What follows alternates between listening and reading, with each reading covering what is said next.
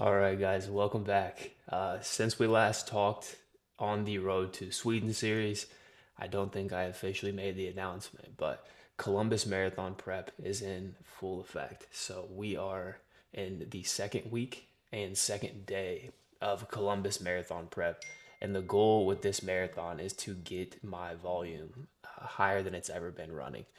And the reason for that is I want to be able to become a better runner for High Rocks specifically. And I have always been a very top end style athlete, so I haven't done the long form as much. And this is going to be a chance for me to build my base. I'm going to take you guys with me through every single workout of this prep to show you how I'm building my base, my aerobic base, and how I'm still kind of throwing in different style workouts to make sure that I'm getting better at High Rock specifically, but I'm also training for the Columbus Marathon in the process. So today on the plan, we have a progression run. First off, I'm going to show you how that's a little bit different than the tempo run. I'll try to keep this mic on while I'm running on the treadmill and show you why I'm doing it on the treadmill and as I'm going through the reps, how each one looks different than the other. And then tonight we have a full body strength session at the gym. So I'm going to keep the mic on and take you through the full body strength session as well. So I can provide as much insight as possible. And you can see why I do full body strength sessions pretty much every single day while my running volume is high. I know that that's super uncommon for people to do full body strength with running high mileage, but that is the plan today. So right now, we are going to drink some electrolytes, head to the gym, and do a progression run. It should take about an hour. But first, I want to show you the electrolytes I've been using and why. All right, so this is the brand of electrolyte I've been using, Relight Hydration. The coolest part for me is there's 60 servings in this bottle, which is kind of unreal, I'm not gonna lie.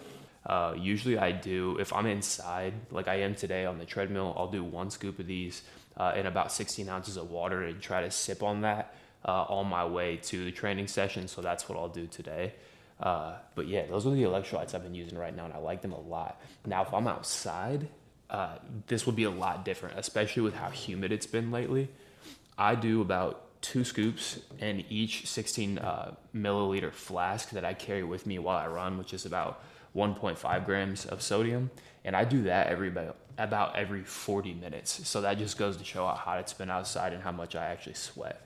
But this stuff's great. Now, I really am going to head to the gym. We're going to do this progression run, and I'm going to take you guys with me.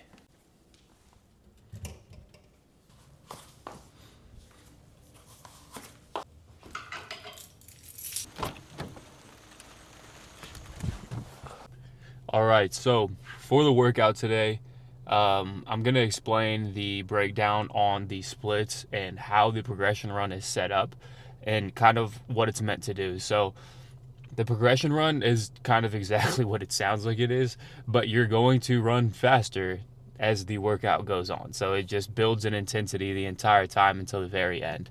Um, Although this is part of a marathon training block, I love this style of workout because it mimics a high rocks race really well in terms of what your heart rate does and is doing during the race, because it only gets harder the entire time. So the goal for today is zone 2 warm up for 10 minutes from about a 7:40 to an 8:09 pace. Then we go to a 7:19 to a 7:40 for 10 minutes. And then the next 10 minutes, we're getting into zone 3, so about a 7:05 to 7:14. And then we're going into the next 10-minute block at about 6:56 to 7:05.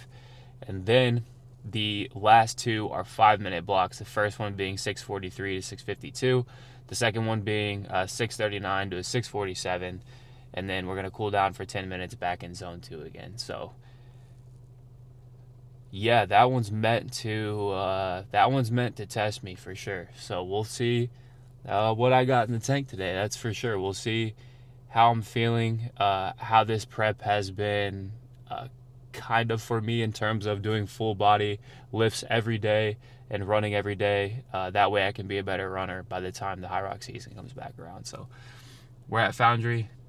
We're going to go in there. We're going to get on the treadmill and we're going to get after it. So see you guys in there.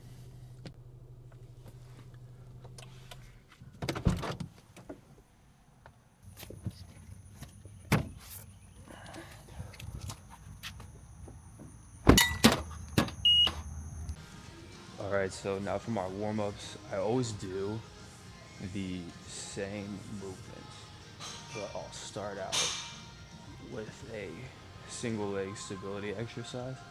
This is just to make sure my muscles of my feet are activated and I'm getting my glute medius, so like the back of my glute, they're activated as well before I run. So usually do about 6 reps each side.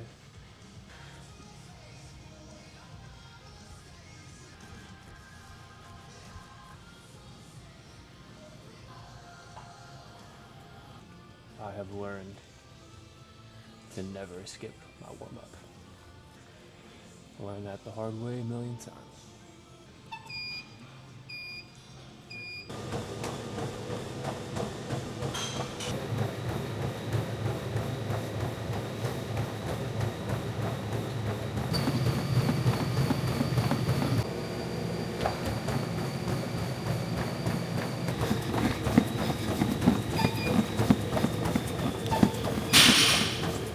All right, workout is complete. And after that workout, I'm here to say, if you can take action on something every single day of your life, no matter how you feel, the results are pretty unreal. I started out running.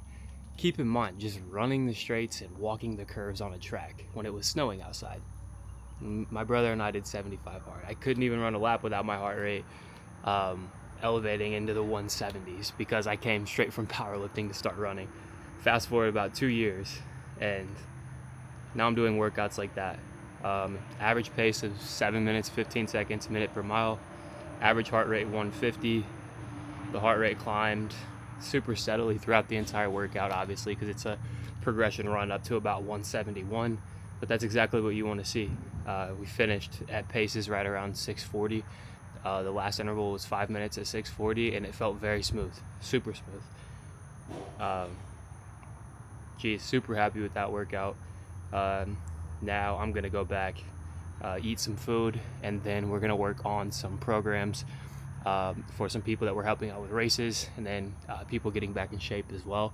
And I'm gonna kind of break down how I am programming them, and we will go from there. But a solid run, full body lift later. See you guys there. All right, we are back at the house and we have food prepped. So I'm gonna show you what I prep every week, Briley and I, to make life a lot easier, and you can do the same. It is honestly very easy, and we do it every Sunday. So this is the chicken that we prep. So the way that we make the chicken, and I know revolutionary, right? It's chicken, but we stopped doing chicken breasts all the time, and we do chicken thighs now. So we do the chicken thighs, and all you have to do is throw them in a cast iron skillet. The cast iron skillet makes them 10 out of 10. Very, very, very good. But in the cast iron skillet, and then we will usually do paprika, chili powder, onion powder, garlic powder, salt, pepper, and then I cut a lemon in half and squeeze it over top of the chicken thighs. And it ends up like caramelizing, and we throw a pepper in at the very end to give a little bit of crunch, a little bit more texture. And usually these packages right here, this is about 1.8 pounds. This will end up making 3 meals. So then we'll cook 3 to 4 of those, and we'll have, each of us will have one of those meals every day for the next week. So super easy. And then I also have my rice here. So we prep rice as well, and I'll do about a cup of rice. And then we have fruit. always. So watermelon as well. Threw this all over the counter. But that is how we make life a lot easier, and everything's always prepped.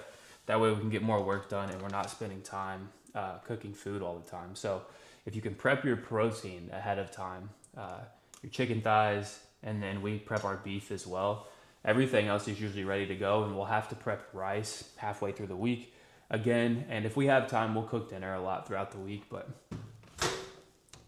just a little bit of a hack. It's very good. I never get tired of the meals, and it's always ready to go. All right, food is done.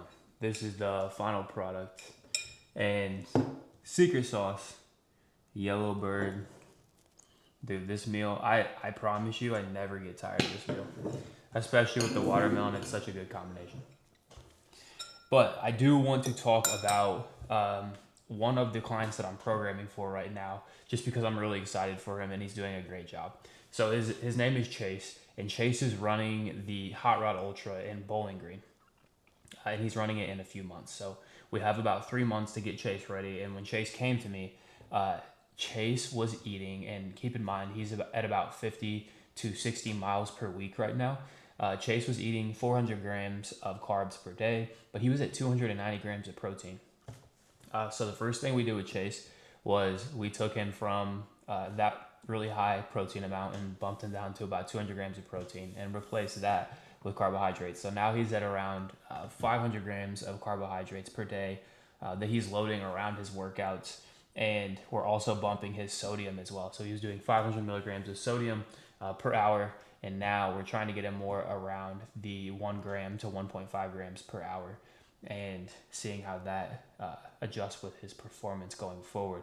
We also now have him on a 3-day full body split. So he's not in the gym every day. He has more time to sleep, and he's still maintaining his strength gains. So this is going to be his first ultra, and he just started running in the last 6 months or so, and he is a beast. So right now for marathon prep, this is what the entirety of my week is looking like, kind of broken down day by day, so you can get an idea of what my current volume is looking like. So last week I was at 48 miles for the entire week. And this week, the way that we started it off was yesterday with an hour and 15 of just zone 2. So it's all time based. It's not just a specific set of miles the way that it's programmed. So an hour and 15, just zone 2. And then today was the progression run. And the progression run we already talked about. And I just took you through that workout and how it ended up going. It's a good, really good workout. Proud of that one. But tomorrow, so this will be Wednesday, it'll be another 50 minutes of just zone 2. Thursday will be marathon pace efforts. So Thursday will be efforts around a 6:56 pace, holding those for 10 minutes at a time. Friday will be another hour of zone 2, and Saturday will be an hour 50 of zone 2, hopefully ending around the 50-mile mark. And right now, as I said earlier, I've been doing full body lifts every single day. And the way that I have been breaking this up is dividing each movement, whether or not it is a squat, and this is with 2 legs, or a squat single leg, and then a hinge. That's how I divide the 3 lower body movements. And then for upper, it's either going to be a push or a pull, and then that's either going to be vertical or horizontal. And all I do is do one of those movements for each that I just explained every day. So for the first day, if I had a single leg movement and then a vertical push and then a horizontal pull, the next day I would do something a little bit different. I would do a front squat with a horizontal pull and a vertical push. And then I always throw a rotational movement in calves and shins in there. And I've just found that it's helped a ton with my recovery. I'm not usually a shot doing a leg movement every single day. And honestly, I love it because I love lifting. Right now I'm working in a vacuum, just trying to become a better runner, and it's made me more healthy going into all my runs. And I'm going to keep running it until the body says no or I need to change something up. But right now, that's what the plan's been. I'm going to finish this meal, and then I'm going to take you guys through the full body lift here later at the gym with me. So, all right, before I do head to the gym, I probably have the least amount of style anyone and all my friends I know, but I do love this shirt. No Straight Path. My buddy down in Austin, Texas, actually owns the brand and operates it, and it is military owned and operated, which makes me like it even that much more and what the brand stands for. But they're great people, and it's been around for about 3+ years now. And yeah, that's what we're gonna train in today. And Briley is already at the gym, so we're gonna meet her there. I'm gonna put the mic on the hat and then take you guys through what the full body session is looking like for the day. For today, the lift is going to be athletic style with squat and vertical press and pull. And the reason I say athletic is because we're going to do some plyos ahead of time. So we'll do plyos in the beginning, into some front squats, incline dumbbell press, lat pull downs, and then some GHD sit-ups and GHRs. So that is what's on the schedule. We're going to head to the gym, so I will see you guys there. All right, we have made it to the gym. The plan is going to be to do some dynamic warm-ups, and then I will walk you guys through the plyometric routine that I always do. That transfers well to running, truthfully. It helps with joints, making sure you still stay agile and athletic. So we're gonna get into the workout, and I'll take you guys through it all. All right, so I always start out with hip 90s, and then these for the hip flexors.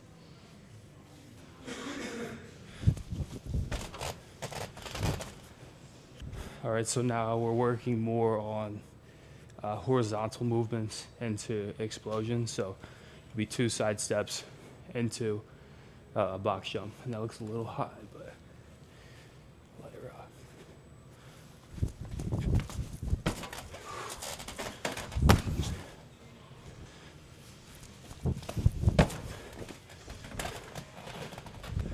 All right, now for these, the idea is to be as quick off the ground as possible.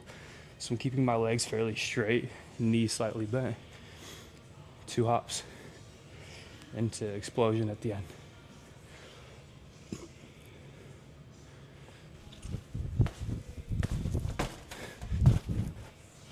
And these are some of my favorite for running specifically.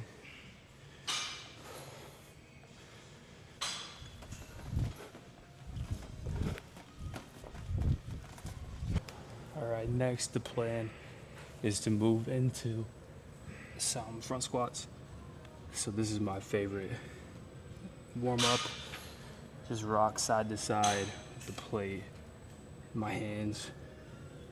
Really open up the hips.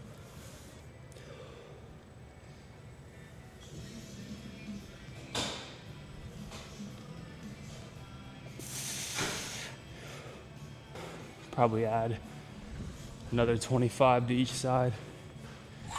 Do one more warm up.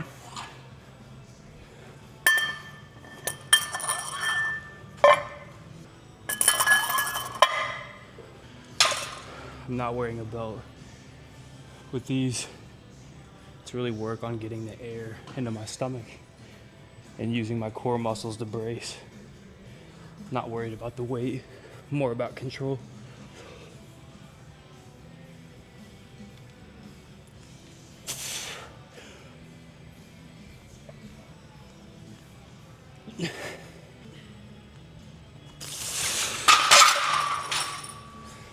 Now we'll go to 225. All right, so last week we were working up to 245. So this week we're gonna try to press up to that, maybe slightly past, depending on how we're feeling. So here is the first set of 4.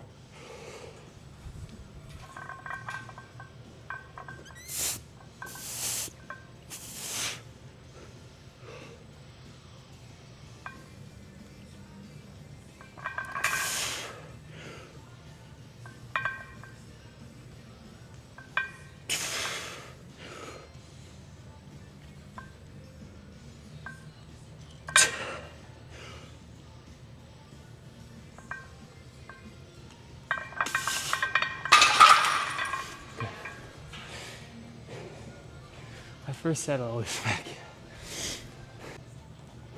Do want to make a slight mention of Briley. She's been doing a good job.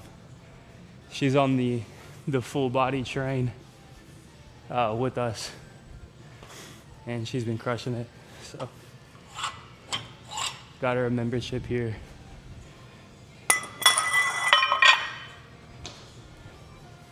And we just been doing pull-ups every day.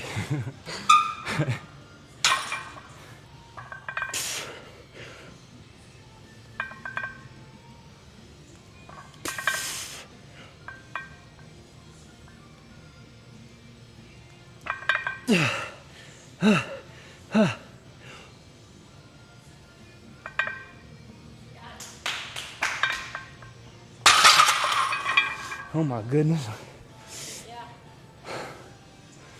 Last week, I actually only got 3 on those, so that felt good. For me, the full body lifts are a lot less about how much volume I can get in, but much more about the intention behind every set and every exercise I choose to do. So I'm gonna get the most out of my 45 minutes in here to an hour, and that'll always be that way.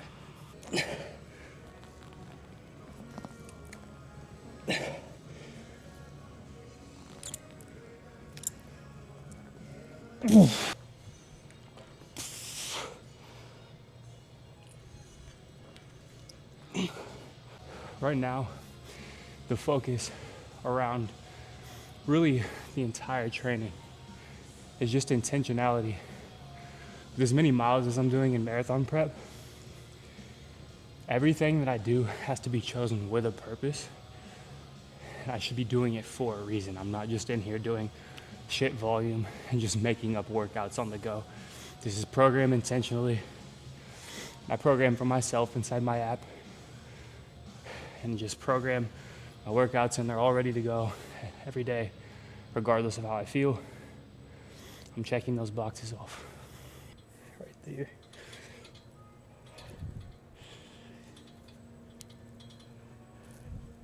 All right, so one of the things that I do after every full body workout, and I actually stole this from my buddy Hunter Childress. He's a beast. If you look him up on Instagram, he is one of a kind, probably one of the hardest workers I know. And he told me he trained calves after every single training session, and I thought that was extremely weird until I injured my Achilles, and now I never don't. So I'm gonna show you a couple of the exercises I do. The first one, my front toes are elevated a little back out behind me, and all I'm doing is controlling the descent. And I'll aim for 8 to 10 of these. All I do is turn right around, brace myself on the bar. I'm supersetting these with raises for the anterior tib. This will help a ton if you deal with shin splints. I know this is boring, but trust me, just trust. All right, guys, that is a wrap on the workout. It was about 49 minutes in total. Nothing super crazy, nothing super long, but every single set we maximized and got as much out of it as we possibly can. And that is always going to be the name of the game.